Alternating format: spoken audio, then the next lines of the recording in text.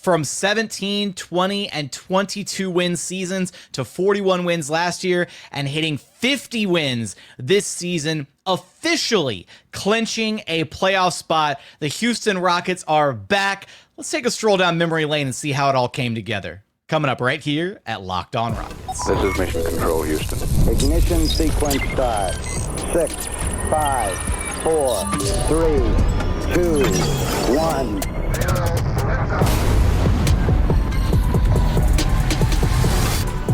What's up and welcome to another edition of Locked On Rockets, your daily podcast, home for everything Houston Rockets basketball. As always, I'm your host, Jackson Gatlin, native Houstonian and credentialed media member. I'm also the host of Locked On NBA Thursdays. Be sure to follow along wherever you listen to your podcasts or on YouTube. Just search Locked On Rockets, where the best way you can help us grow our show is to listen every single day on a podcast platform of your choosing. Like, comment, subscribe on YouTube. Also check out our Locked On Rockets newsletter. Would sincerely appreciate all of that support. Now, today's episode is brought to you by FanDuel. Right now, new customers can get $200 in bonus bets when your first $5 bet wins. Just go check them out over at FanDuel.com. And as always, thanks so much for making Locked On Rockets part of your day every single day, whether it's on your way to work, on your lunch break, in the gym. Thank you so much for being an everydayer. Houston Rockets are back, baby, headed to the postseason for the first time in 5 years. They clinched their 50th win of the season. They clinch a top 6 seed in the Western Conference. They are your Southwest Division champions. Hang the banner. The work is not done yet, and I'm probably a little bit overhyped about just clinching a playoff spot, but it's the first time in 5 years that the Rockets are going to be guaranteed playoff basketball. Since James Harden was wearing a Rockets jersey, they get the 143-105 win against the Utah Jazz. And we'll talk about the game in a little bit.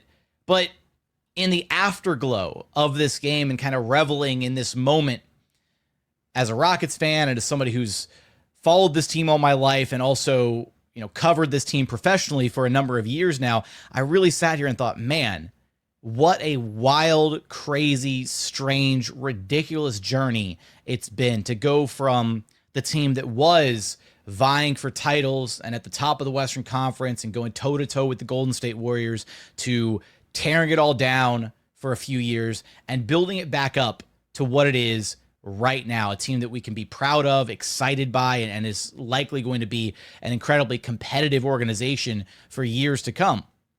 And we'll talk about in this show the process of rebuilding and how much credit the ownership group, the Fertittas, and the front office with Rafael Stone deserve for the direction that they ultimately took this team. And I'll spend some time on that later. But I thought it'd be a fun little exercise for everybody, for all you hardcore everydayers, for the people who stuck with this show and stuck with this team through the rebuild, for watching every minute, every second of years of rebuilding basketball, of 17, 20, and 22 win seasons with this Houston Rockets squad. I thought it'd be a fun little exercise to go and revisit some of the most wild, ridiculous moments that took place during the course of the Rockets rebuild that led us to where we are right now. And I know that I'm not going to hit every single moment. I'm sure I'm going to miss some. And with that, I want your favorite moments of the Rockets rebuild, your craziest moments, your wildest moments, anything that stands out in your memory from the past few years of this Rockets team to get them to where they are right at this very moment. 50 wins and a clinched playoff spot, top 6 in the Western Conference. But let's go ahead and take a stroll down memory lane. Let's have some fun with it before we get into talking about the actual game against the Jazz. And first and foremost, things really started with this moment right here. I mean, this situation is crazy. It's something that I don't think can be fixed. So James Harden forces his way out of Houston, his goodbye speech. And man, that was the domino that set this whole thing in motion. Being realistic, it probably got set in motion before all of that. But I've got so many different things that I tried to just pull from memory, and I also saw some people talking about it on social media. So I'm just going to walk through, and I think I have most of this in chronological order. But Shout out to Jayshawn Tate, who's the last remaining member of that Houston Rockets team from all the way back in the 2020-2021 season. Also, shout out to Jayshawn Tate for throwing a basketball at James Harden's head. Remember that? the report coming out that James Harden and Jayshawn Tate got into it in Rockets practice and Tate threw a ball at his head. Oh, man, what a wild time that was. Not so long after the James Harden trade, the Houston Rockets were competitive for a tiny little stretch of games, led by none other than the wow factor. Wall, Oladipo, and Wood, the wow factor, those three guys. And man, did we think we were pinning our hopes on some kind of a dark horse playoff run with those three leading the Rockets in that defunct season after dealing James Harden. That was rough. And then Mason Jones as Harden 2.0. That was a fun one. Deluding ourselves into thinking that Mason Jones was somehow going to be the savior of the Houston Rockets after a couple hot shooting nights. And then 20 straight losses was absolutely brutal. 20 straight losses. Man, that was a tough stretch to be a Rockets fan. And then things actually started to look a little bit brighter for a little bit. The acquisition of Kevin Porter Jr., watching him play games with the Vipers, watching him cook. That was the real second coming of Harden, was KPJ. He was a lefty too, right? He had the step back, he had the bag work, all that stuff. Him dropping 51 against the Milwaukee Bucks and torching Drew Holiday. That was exciting. The Rockets really thought they had a future All-Star on their hand after that game. Cannot forget the booby trap incident, the strip club in Miami, and everything that happened there. My goodness. Losing Bill Worrell and Matt Bullard after that first season of the rebuild. And I'll tell you what, those guys left pretty massive shoes to fill, and Craig Ackerman and Ryan Hollins have done an absolutely tremendous job stepping in for both of those guys and really embracing the team, getting the Rockets through the rebuild, and now, experiencing the fruits of that labor and really, reveling in the success of this team right now, just like we all are as well. So shout out to both of those two guys. Fantastic work that they do on a night-to-night basis. And of course, courtside reporter Vanessa Richardson. After that first year, man, sweating it out after the pivot and the Rockets decided to tank.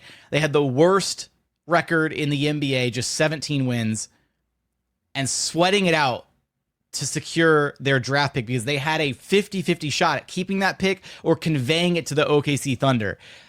48.1%. That number should maybe trigger some PTSD amongst Rockets fans.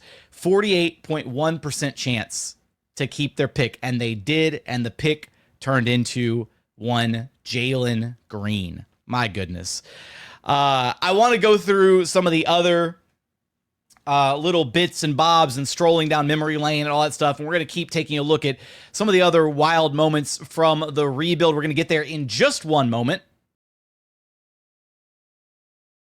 First, today's episode is brought to you by FanDuel. The NCAA tournament is here. It's in full swing. Final Four is up next, and FanDuel is giving you the chance to get in on the action like never before. Right now, new customers can get $200 in bonus bets when your first $5 bet wins. That's $200 extra bucks to use on everything from buzzer beaters to Cinderella stories and even who's cutting down the nets. Look, I'm Houston born and bred. I went to the University of Houston. I am a UH Cougar. I'm pulling for the Cougs all tournament long. They're going to beat Duke. They're going all the way this season. But hey, maybe you're not a Cougs fan. Maybe you have a different alma mater. It's all good. Go check it out at FanDuel. Go support your squad. Check out all the different props, odds, bets, everything over at FanDuel.com. Get in on the college hoops action all tournament long.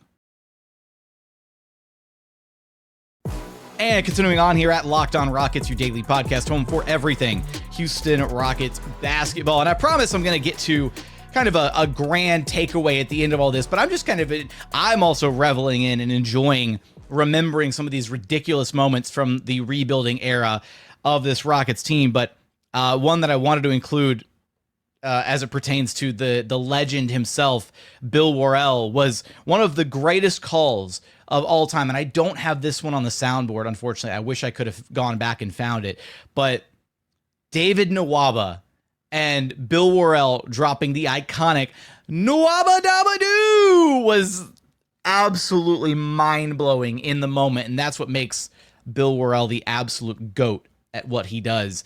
Let's keep moving on. Again, I think I've got this in chronological order for the most part, but the following year after that 2020-2021 season, essentially the transitional year, you had James Harden's return and the legend of Gary Bird, the MVP chance inside Toyota Center as the Rockets were riding that 7-game win streak, and they beat the Nets in Harden's first game back in Houston.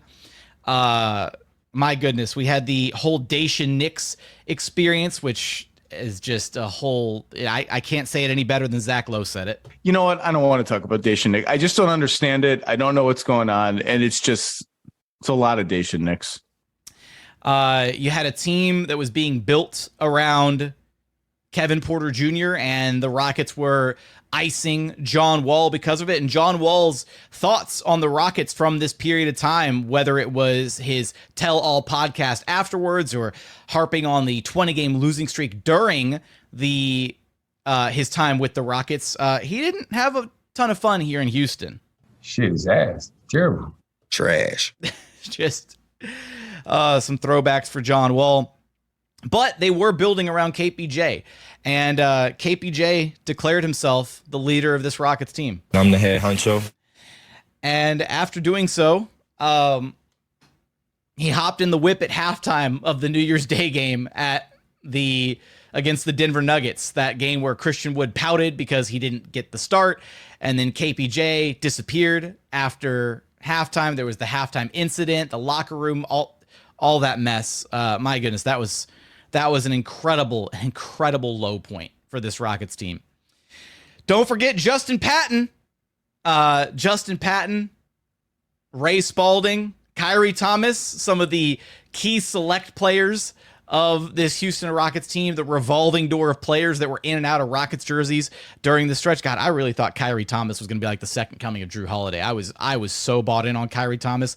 Some of the greatest little 5-game stretch that I've ever seen a player play in a Rockets jersey.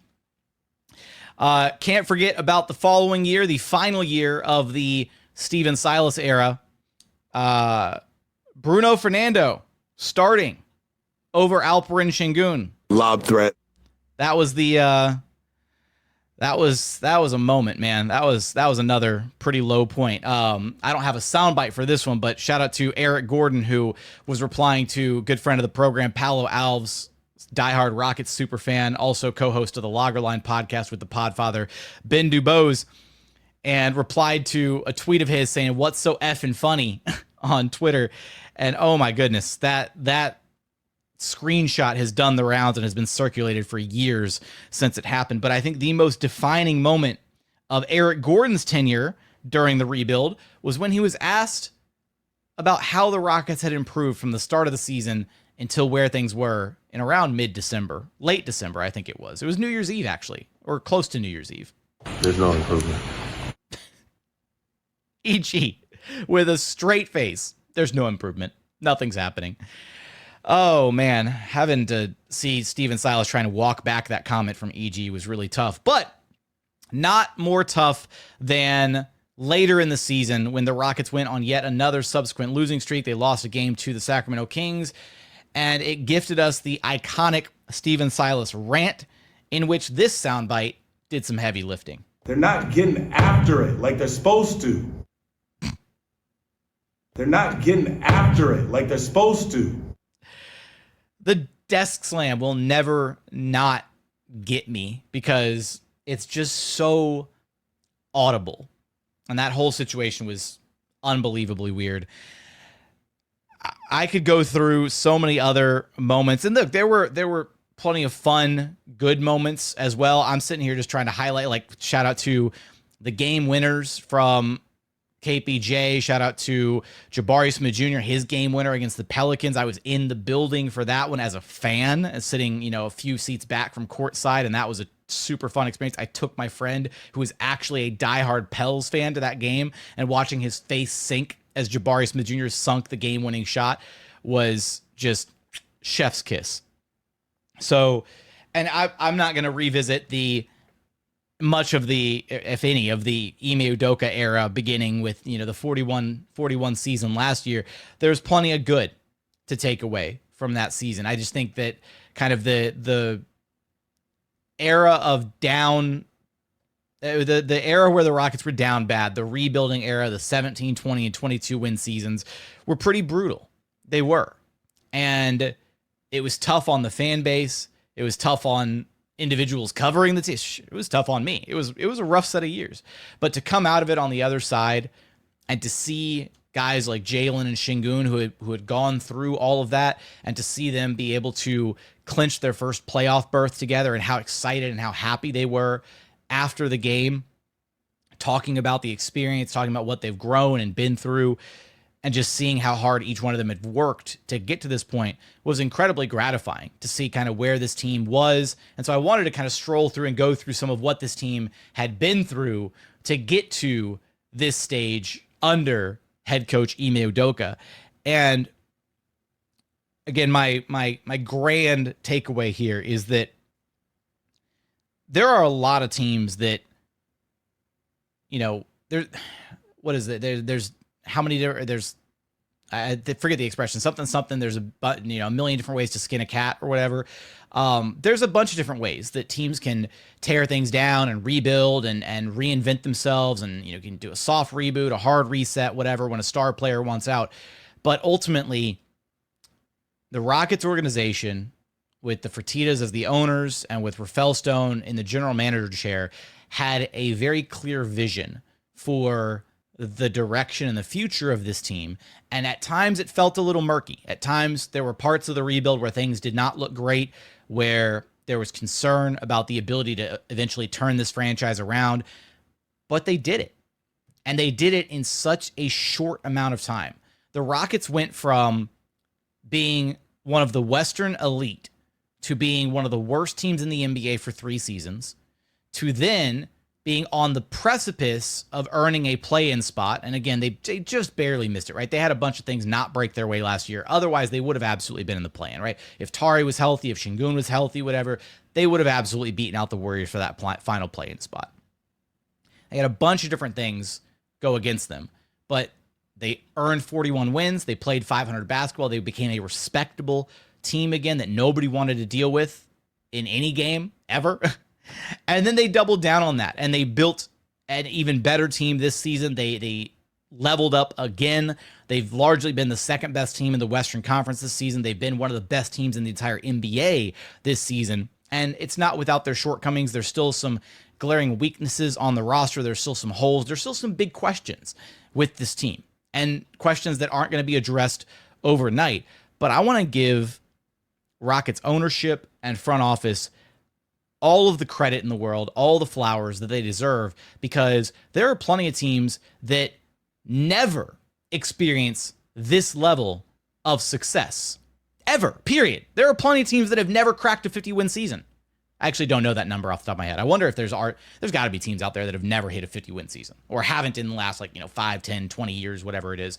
But the Rockets are at a stage where, in the span of a very short 3 years, it was a lot of pain, it was a lot of struggle, it was a lot of going into the 2023 NBA draft. Pray for Victor. Pray for Victor. That was the motto for a minute there. And now Rockets' prayers have been answered with an amen. That was pretty clean. I'm going to give myself a pat on the back for that one. But look, it wasn't always pretty, but it worked. The vision panned out, and now the Rockets are one of the best teams in the NBA, with an exciting young core, endless possibilities for how they change and adjust and improve the roster going forward, figuring out which pieces they want to keep, which pieces they want to move on from. And they've still got a large treasure trove of assets going forward. The Phoenix Suns picks, I should say, the pick from the Dallas Mavericks, which is going to look super, super juicy with the fact that they traded Luka Doncic away, and their timeline is very, very short for any level of kind of a contention window that they've got going on in Dallas, with whatever it is they've got going on with Anthony Davis and Kyrie Irving left over there. So the Rockets are set up to be now, again, one of the best teams in the NBA for years to come. And it was all because of the execution and the vision of the ownership group in the front office to get them to this point. And, some help from being elevated by one of the best coaches in the NBA, and Ime Udoka doesn't hurt either, right? That was probably the one piece where there was no really control over that happening. There was a lot of luck involved in landing Ime Udoka in Houston, but I still remain pretty confident that even if Ime Udoka hadn't been available as a head coach, the Rockets would have moved on from Steven Silas and would have gotten a good head coach in through the front door. And maybe he wouldn't have been Ime Udoka levels of successful, but he would have found success with this incredibly talented group. And we don't have to worry about that alternative reality, that multiversal reality, because the Rockets do have Ime Udoka, and they do have an exciting young core, and they do have an incredibly bright future, and they just hit 50 wins, and they are guaranteed a playoff spot in this year's NBA postseason. It's an exciting time to be a Rockets fan, and I wanted to go through all of that to get to that, what I hope was an eloquent kind of grand takeaway, but maybe not. I don't know. Maybe I'm just full of myself. Coming up, want to talk a little bit about the Rockets Jazz game, what we saw as the Rockets just completely beating up on the worst team in the NBA, maybe a quick look at the standings, all that good stuff. We're going to get there in just one moment. First, today's episode is brought to you by 5 Hour Energy. Look, daylight savings snuck up on us again. It does it every year. And if you're feeling that lost hour of sleep, 5 Hour Energy has your back. The extra sunshine means more time for fun, but sometimes you need a little boost to power through your day. Whether you're staying up late watching the NCAA tournament, squeezing in around a pickup after work, or just trying to keep up with your busy day, 5 Hour Energy gives you that quick, refreshing pick-me-up whenever you need it. Look, I've been staying up late watching the Cougars in the tournament, and sometimes it's, kind of kicking me down a little bit the next day. That's where 5 Hour Energy steps in, helps me keep up and keep maintaining my energy throughout the following day. So if you need a little pick-me-up, head on over to 5hourenergy.com to find over 15 flavors to choose from, including watermelon, blue raspberry, and peach mango. Spoiler, the watermelon's the best flavor. It's so good. You can even build your own 12-pack or 24-pack delivered right to your doorstep. If you need one now, grab a 5 Hour Energy shot at your local grocery or convenience store. They are everywhere. Stock up today and stay energized. And final segment here at Locked On Rockets, your daily podcast, home for everything Houston Rockets basketball. All right. One more thing that I wanted to include that I probably should have last segment is I just wanted to say shout out to you. If you're a fan of this team, if you've been through every second of the rebuild, every possession, every game, and didn't waver, shout out to you, because it took a lot, because I've been there. I was there for every game. I was there for every possession, every second, and it was brutal during some stretches. So pat yourself on the back for making it through all that and your unwavering support of this team, of this organization, and being ecstatic about where things are now as you can enjoy a 50-win season and hopefully more to come with this team as we approach the playoffs. But let's go ahead and dive into this Rockets-Jazz game. And look, aside from like a teensy tiny stretch there in the first quarter where the Jazz reeled off like a response to the Rockets' strong start of the game and looked like they were going to make this thing a bit of a competition, the Rockets just completely dominated this one. That's all it really was. They won the first quarter. They still managed to win the first quarter 33-26 after the Jazz had a pretty decent frame, all things considered. And then they just completely piled it on in the second quarter, 37-20 in that frame. They took a ridiculous 24-point lead into halftime, and they literally just coasted to the finish line. They dropped 32 in the third quarter, and then they dropped a blistering 41 points in the final frame, spearheaded by Reed Shepherd, who wound up in garbage time scoring 15 points on 5 of 7 from downtown to go along with a few boards and a couple assists in just 9 minutes of run. Reed Shepherd broke NBA records by doing that, by the way. 5 threes, 15 points in 9 minutes of play. It was ridiculous. But this was just a good, high-quality win for a Rockets team that just needed to take care of business against a bad opponent. Everybody played well. The starters played well. There was no Fred VanVleet in this game. He was apparently dealing with some knee soreness in last game against the Lakers and was trying to battle through it. And maybe that doesn't excuse his poor play in that game, but it's understandable that if he wasn't 100%, maybe that's why things didn't look as great for him that night. So no Fred VanVleet in this game. no Steven Adams in this game. Some strategic rest there for Adams as well, though Ime did say he was dealing with some wrist soreness, something that he's been nursing. So some, more or less strategic rest for those guys. I'm guessing if it was a playoff game, they'd both be playing. But it's not. It's the Jazz. It was the last easy game of the regular season that the Rockets had. So Tari Eason gets inserted into the starting lineup yet again. And I know that's been a bit of a weird dynamic with Tari Eason starting over Jabari Smith Jr., even when there is a hole in the starting lineup that Jabari could theoretically fill. But I do kind of like that Ime has allowed Jabari to kind of settle into more or less that consistent sixth man role, right? Because for the most part, Tari plays the exact same, whether he's starting, whether he's coming off the bench. His game is not predicated on how he matches with other players or where he is on the lineup. Doesn't matter. Tari goes out there, Tari does his thing.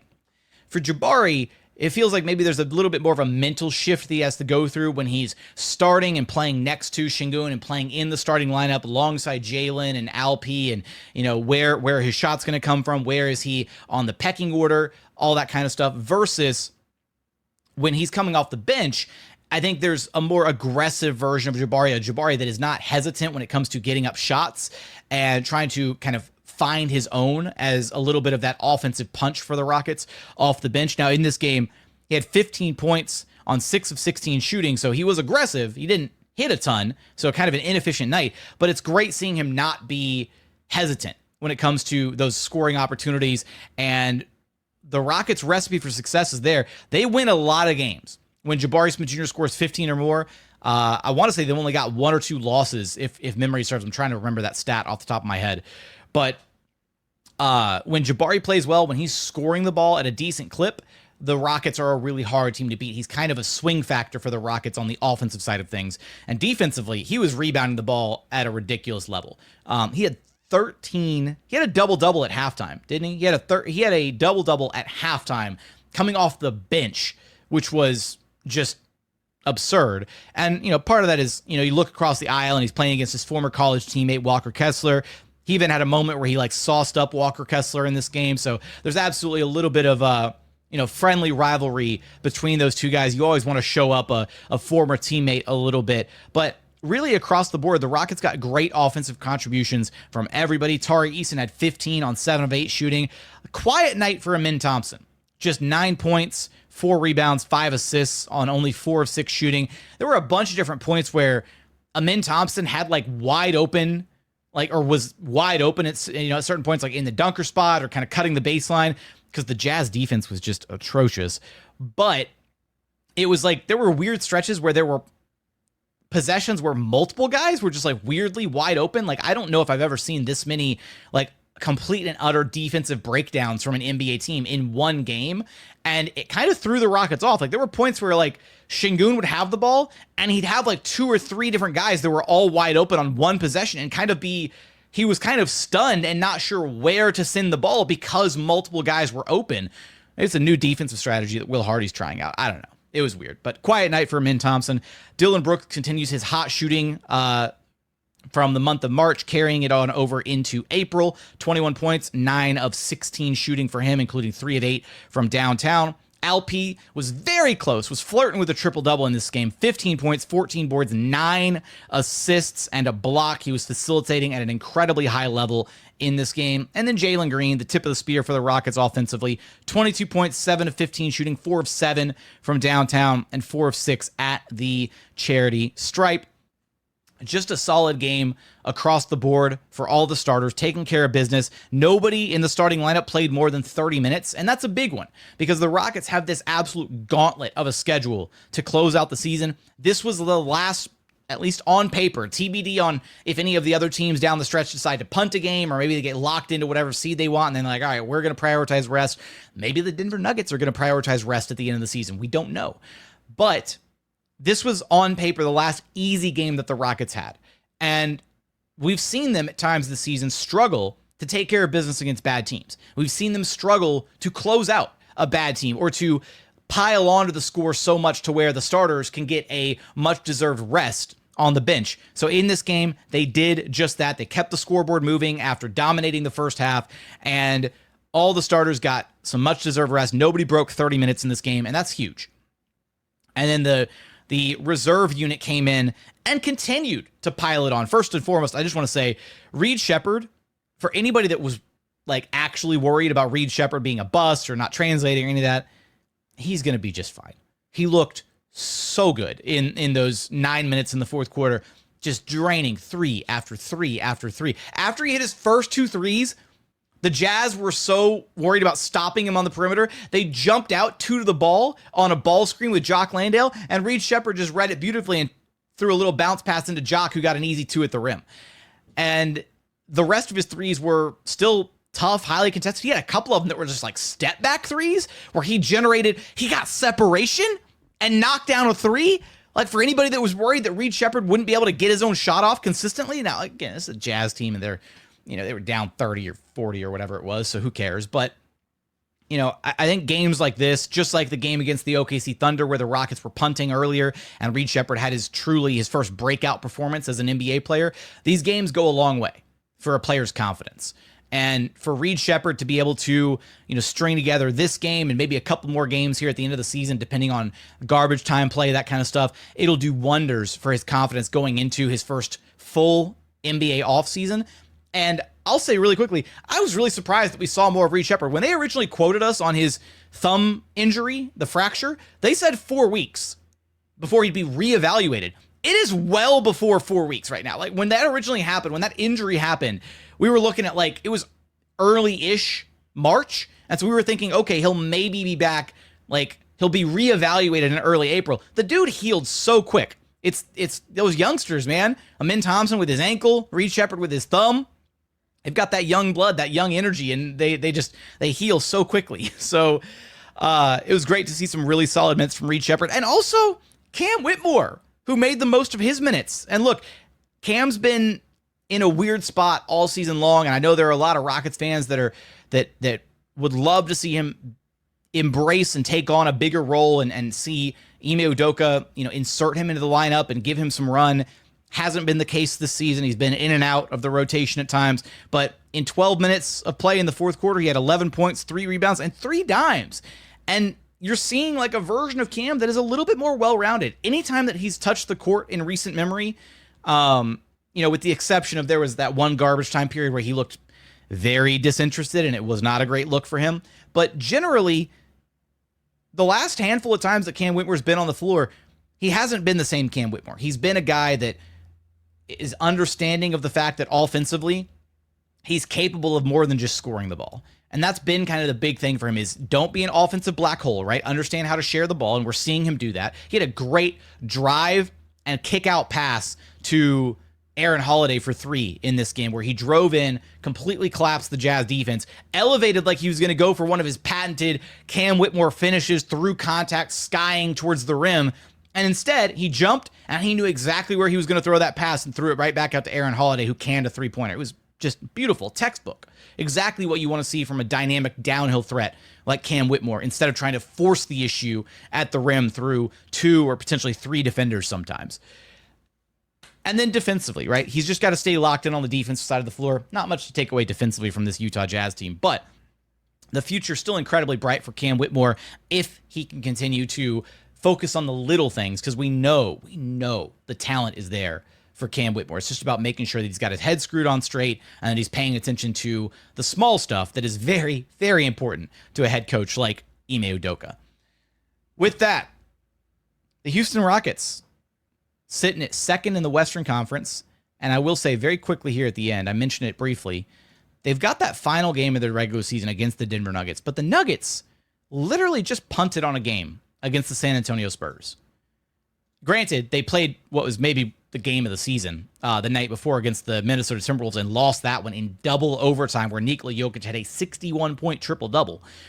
But I understand that maybe you wanted to get the starters a bunch of rest, but they rested their whole starting 5 against the Spurs, and the Spurs won that game. So the Nuggets, riding a 2-game losing streak, are down to 30 losses on the season. The Rockets have a very comfortable 3-game lead over the Lakers and over the Nuggets for that 2 seed. And as it stands, with just 5 games left in the season, the Rockets are things would have to go absolutely horrifically wrong over these final 5 games for the Rockets not to walk away with the 2 seed. I don't know what the magic number is. I should have checked it out before I hit record, but if they notch 1 or 2 more wins, they're basically locked into the 2 seed. And that's a phenomenal outcome for this season. And what it also means is that we might see some rest for this Rockets team over the final 1 to 2 games of the regular season, rather than having to fight tooth and nail to maintain their standing as the 2 seed. We might actually get to see the Rockets punt on some of these games, which would be huge for them, for a team that is so dependent on physicality and hard work and effort on a night-to-night basis to play their best brand of basketball. Getting a little bit of rest going into the playoffs is going to be monumental for this team. So that's going to do it for today's episode. I want your thoughts. I want your thoughts on the Rockets rebuild, the wild, strange, ridiculous journey that it's been. Share your favorite, most crazy moments from the rebuild in the YouTube comments. Tell me your thoughts about their win against the Utah Jazz. How excited are you about the Rockets winning 50 games and clinching a real playoff berth? We talked about it recently when they clinched a play-in tournament berth, but that's not the same. This is real playoff basketball. They're getting a guaranteed 7-game series, and that's exciting stuff. Give me your thoughts in the YouTube comments. Remember, the best way to help us grow our show is to listen every single day on a podcast platform of your choosing. Like, comment, subscribe on YouTube. Also, check out our Locked On Rockets newsletter. We sincerely appreciate all of that support. But as always, thank you so much for watching. Thank you so much for listening. And we look forward to having you back right here at Locked On Rockets, your daily podcast home for everything Houston Rockets basketball.